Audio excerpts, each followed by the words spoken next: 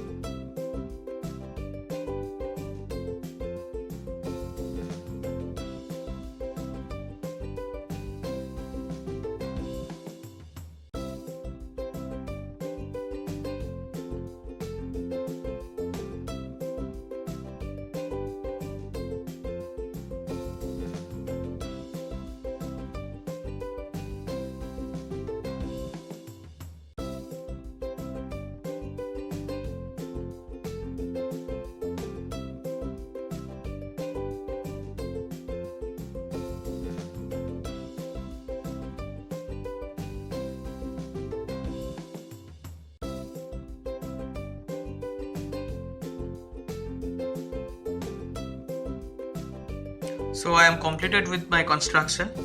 D, E, F are the midpoints of the sides BC, CA and AB respectively. I have constructed triangles AFE, BDF and DFE, and I have drawn the medians of these triangles, and after intersecting the medians I get the centroids.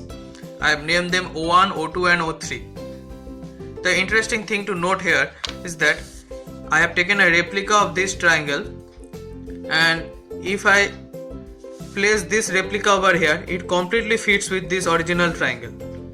It completely fits. So I can say that this triangle is congruent to this triangle. Triangle AFE is congruent to triangle FBD. Similarly, I can place the replica of this triangle over here also.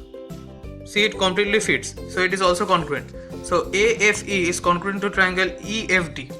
And the more interesting thing to note here is that if I place this triangle here and if I slide this triangle along the base AB, notice that everything remains the same.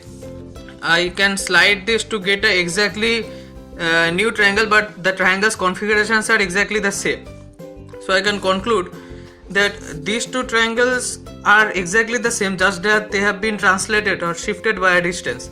So since they have been shifted by a distance and I know that distance, so any point in that triangle can be shifted by the same distance. We can imagine it like a solid body while we solve solid body problems in physics. Since the configuration does not change, so the distance between any two points must remain the same. See, I know the distance.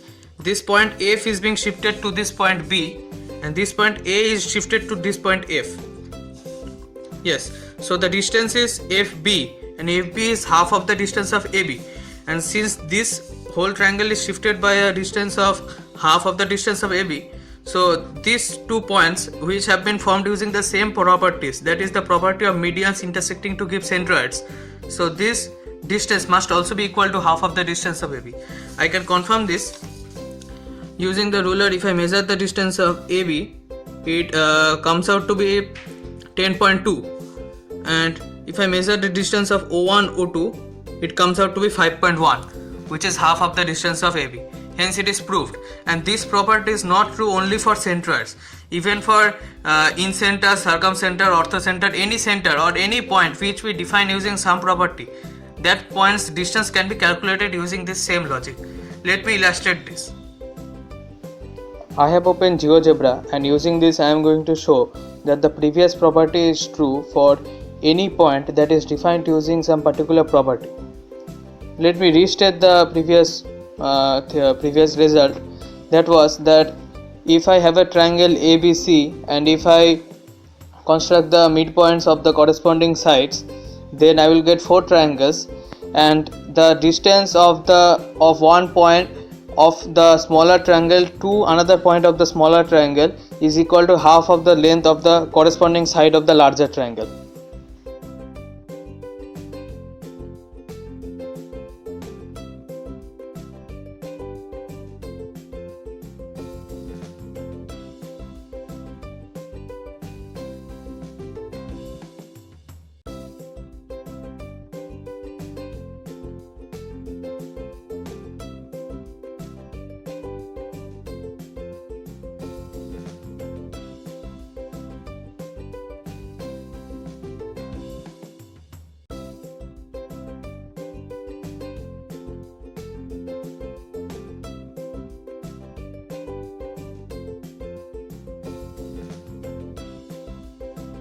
So I am done with my construction.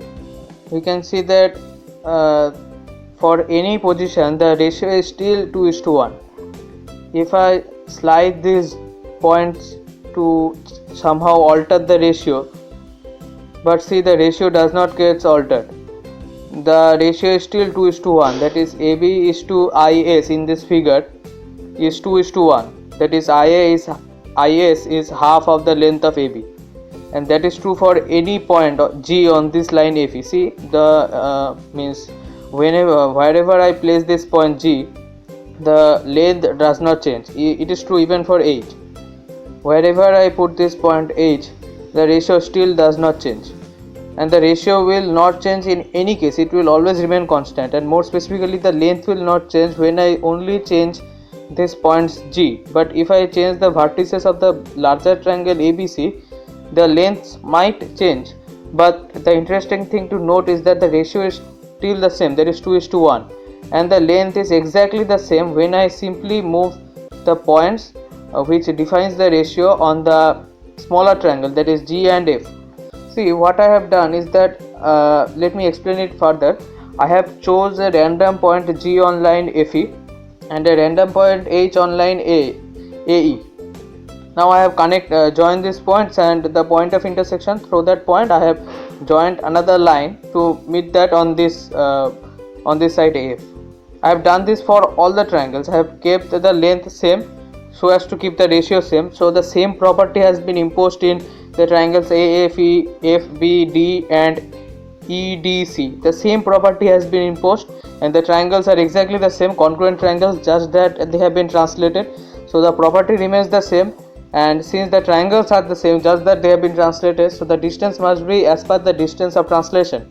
I know that this distance is AP, which is half of the distance of AB, so this distance must be half of the distance of AB. SI will be half of the distance of AB, and see, that is true for any ratio that I create.